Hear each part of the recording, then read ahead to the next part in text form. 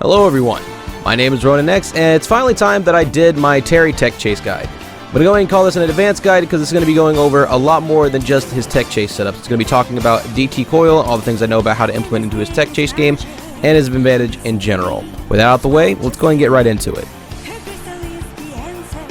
So characters that don't have great air drift like Ken and Ryu, or sometimes even, like Terry's air drift's a lot better, their windows for down throw up air goes for a lot longer than most. But when characters have good air drift, that's not the case. So it's good to have a mix-up for when you know that they can just DI out of your down throw up air combo. But if they DI back, which is normally what you want to do to pop out of it because it's harder for us to follow sometimes, what you can do instead is go for a back throw, because when they're DIing back, they end up getting sent into a lower Tech Chase.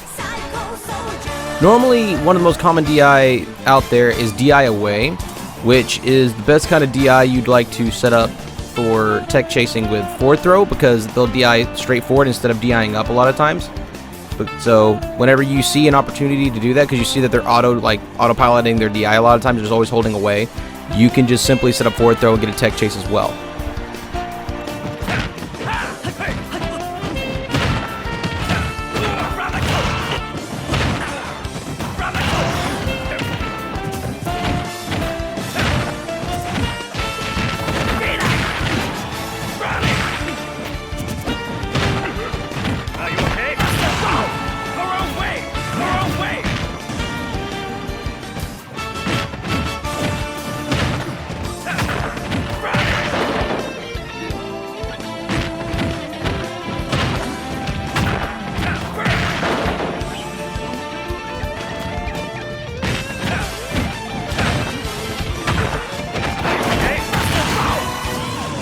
One of the key things that's really important to know about when you set up these kind of Tech Chases with forward throw and back throw, when you see that they're not holding up and jumping, which we're going to talk more about the counterplay to that, when you see that they're doing this, the main thing I do whenever I set this up is I check where they're going to land with down tilt, because the options we're trying to focus on covering is Tech in place, miss Tech, Tech roll in, and Tech roll away.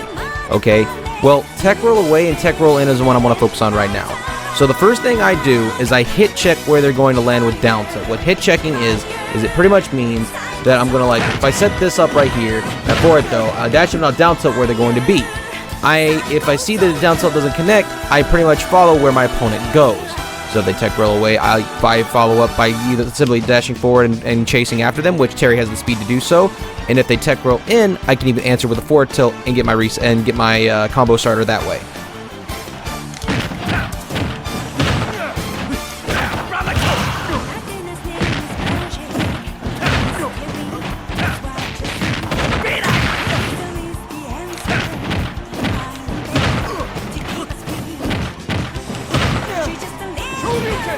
The whole point in learning these setups is the fact that you want to be constantly looking for better ways of getting more damage and setting up resets at the same time as putting your opponent in bad positions and seeing how they deal with it so that you know how to make plays on them. And the thing is, a lot of Terry players just don't take advantage of these Tech Chase setups. So that's mainly the reason why I wanted to talk about this. I know the forward throw and back throw is kind of basic, but there's some new players that I wanted to kind of, help them understand the basics of Tech Chasing with forward throw and back throw. Now I want to talk about one that I don't see enough people really use, which is burn knuckle as a Tech Chase tool. So something as simple as down tilt burn knuckle sends it into a Tech angle where they land right in front of you.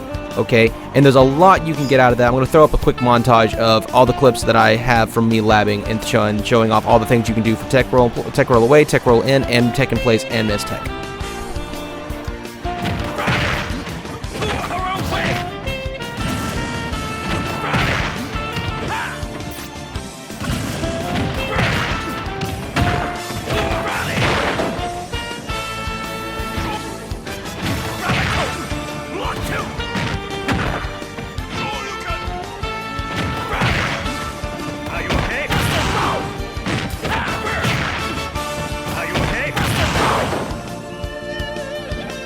So imagine you're wondering how the hell I managed to Tech Chase so well with Buster Wolf and how I space myself. And this is where things start to get a little more advanced. Now we're going to start talking about when to buffer double tap coil so that you can space yourself like what you just saw. So I'm going to go ahead and show you guys with an input reader how to do double tap coil one more time, because this is going to be important for you to be able to do this. So Essentially what you do is you hold down on your analog stick, and then you hit down on the C stick really quick. If you see 2 down tilts, you didn't do it properly. If you did it properly, you'll only see 1. Now, the thing is, whenever you do this, it gives you the ability to run around and do input specials with different inputs, which we will talk about. The main ones you gotta know is whenever you're coiled or double tap coiled, when you release the C stick is when you do the motion for the special. So if I want to do Power Geyser, as soon as I release the C stick, I do half circle forward and I hit A. Like so. So, if I double tap coil and I'm running around, as soon as I release the C stick, it doesn't matter if I'm out of a sprint or whatever. As soon as I release that C stick, I do half circle forward and I hit A.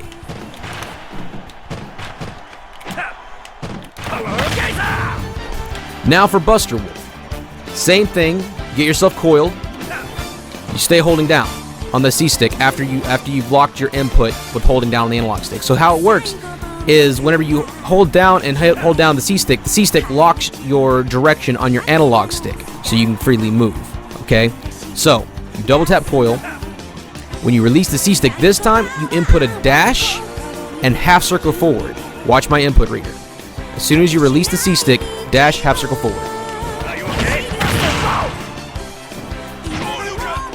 So now you're probably wondering, but why would I want to double tap coil instead of normal coil? It's like a lot easier.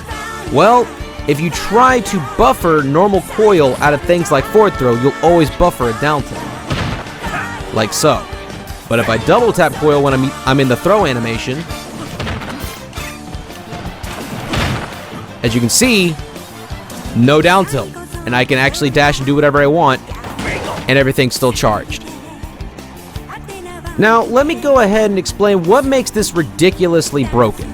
Okay, like, whenever you send someone into a basic bread and butter, if you double tap coil, and you have Geyser ready at any point where you can space it freely in neutral, or like whenever your opponent's in disadvantage, if they choose to jump out of hit stun, or like, you know, mash whatsoever, you can just simply set up a counter hit with like Power Geyser just for them simply jumping above you. Or if they do decide to like take the tech chase and like, you know, do exactly like what you'd think, like tech in place, tech roll in, tech roll away, now you have Buster Wolf at the ready to pretty much cover all tech options as well in a lot of situations.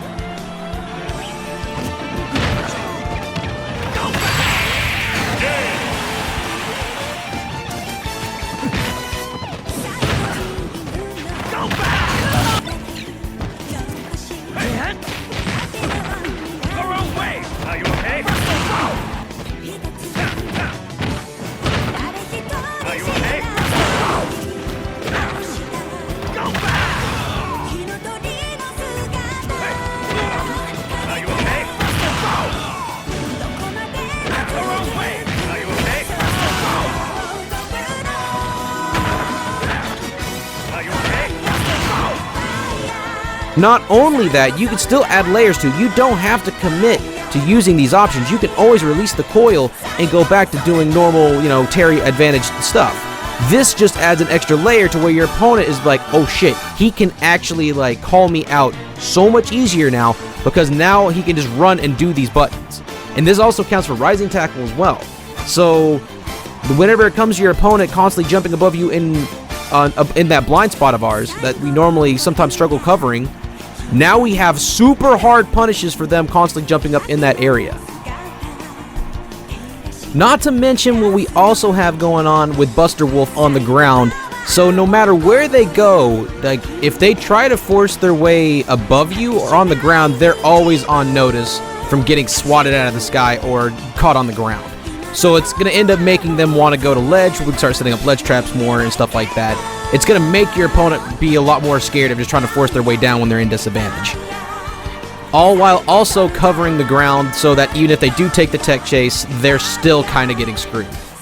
This will definitely be way more apparent of how strong this tech will be when offline comes back, whenever tech chasing is easier to react with. But even online, like as you can see, like a lot of these options kind of cover a lot.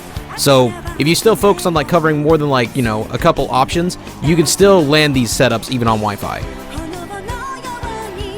And that'll pretty much be it, guys. Yo, I just wanted to go ahead and say happy Thanksgiving to everybody. And, you know, just wanted to let you guys know I appreciate you guys so much for coming through and giving me the support you guys have been giving me on Twitter, on Twitch, on here, everything, guys. I just want to let you guys know I really appreciate you guys. I'm thankful for you guys. That's what I'm thankful for this year. Hope to see you guys again. I have more guides coming soon. See you guys next time. Peace.